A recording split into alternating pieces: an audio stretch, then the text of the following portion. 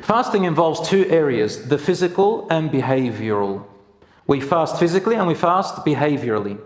As for fasting physically, it is from three things: food, drink, and who dares to tell me the third one? وَمِن شَهْوَتِهِ. Physical touch, that's part of it. So sexual activity. You got to say it more broader. Sexual activity. So we're going to talk about that a little bit and explain it. The second part is to fast from certain behavioral activities, and they involve our tongue and our actions. So, when you hurt someone, fast from that. Your tongue, you want to swear at someone, stop that. You want to say something that is haram or backbite, stop it. So we fast in our behavior, in our manners, in our etiquettes, and with our tongues. If you do haram things in Ramadan and you say wrong things or your actions are not good, if you haven't broken your fast, what they do, sins, they don't break your fast, but they diminish and decrease the rewards that you accumulate. It gets rid of them. Some people, depending on how many sins and wrong things they do in Ramadan, they may end up with a day of fasting. All they get out of it is just thirst and hunger. It'll count for them that they fasted, but no reward. And some of them half the reward, some of them 100%, some of them 3/4. So do your best, inshallah. That's fasting. We fast by abstaining from food and drink and sexual activity from the moment the sun or the break of dawn, the first break of dawn, as soon as the first bit of light appears in the horizon, until sunset. Then at night we eat and drink and engage in halal sexual activity again. Fasting in Islam is an obligation on every Muslim, male and female. Number two, every sane person, someone who is healthy in their mind. They don't have mental disorders. Number three, who has reached puberty. Not puberty in the Western definition, where a person reaches puberty and they still call them a child. Yes, in our social context we say child. But in Islam, a person reaches puberty as soon as the first signs of puberty appear. Then fasting becomes obligatory. Also a person who is able. Physically, you're able. You're not ill, you're not sick. You're able of fasting. You're not too old where your body is weak. And finally, you must make the intention to fast. How many were there? Muslim, sane, puberty, able, intention. 5 things. Fasting is optional for who? For a child who is what we say in Sharia terms, mumayyaz, which means is about 7 years old and above. Between 7 years old and puberty, a boy and a girl, it is optional for them to fast, and we encourage them to get used to it. However, if they don't want to fast, we cannot force them because it's not obliged on them. And if they do fast, they are rewarded for their fasting, and their fasting is accepted by Allah. But if they choose to break it, no sin upon them. Does that make sense?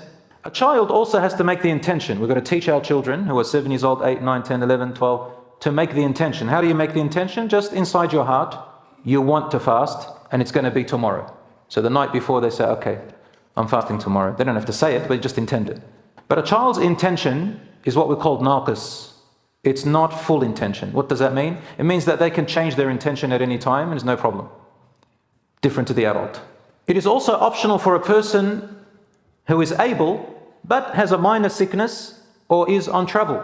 If you're traveling more than, the agreement of the scholars here from this Mujamma al-Fiqhi is about 75 to 80 kilometers out. If you're out that way, not for work, but you've gone to make safar, to stay there, or you've gone on this travel for a one-off thing or a two-off thing, not a regular, like not a person who goes out for their work and comes back every day. So you're going on safar, travel more than 80 kilometers. Once you reach 80 kilometers, you're still able to fast, but you don't have to. It's optional. And if you are sick but not too sick, it's also optional for you to fast or not fast. We're going to talk about these shortly a bit more. Another one who is optional for them to fast or not is a pregnant woman and a breastfeeding woman. A woman who has a mother who is pregnant, or a mother who is breastfeeding a child, a baby that is still under 2 years old. Number 5, before being able to fast Ramadan has to arrive, of course. And the way that Ramadan begins, I'm just going to say it quickly without technicalities and all the issues surrounding it. The traditional way, the Islamic Sunnah way, is the crescent has to be sighted on the 29th of Sha'ban. Number two, if it is cloudy or rainy or unable to be established, then the Prophet, peace be upon him, said, complete Sha'ban 30 days. Don't worry about the crescent anymore. And then fast after 30 days. He said, sallallahu alaihi wasallam, فَقْدُرُوا لَهُ or أَكْمِلُوا شَعْبَانَ 30. Continue Sha'ban 30 or restrict Sha'ban to 30. Restrict it. قَدْرُوا لَهُ. Everything surrounding that is another topic. Calculations, my calculations, global sighting, regional sighting, local sighting, neighboring sighting, saw, didn't see, I don't know. I don't know. 2 years ago, I gave a solution. I researched a lot and gave it just a 5-minute post. And I've never been insulted more than that. Everybody is a mufti, a mujtahid on this. So I've decided, I don't know. I wish we can have a representative body like every other Muslim country has. That is the governing body that the Muslims, majority of Muslims can agree on and they can decide for us. But even that is a problem. We will get insulted if we say anything.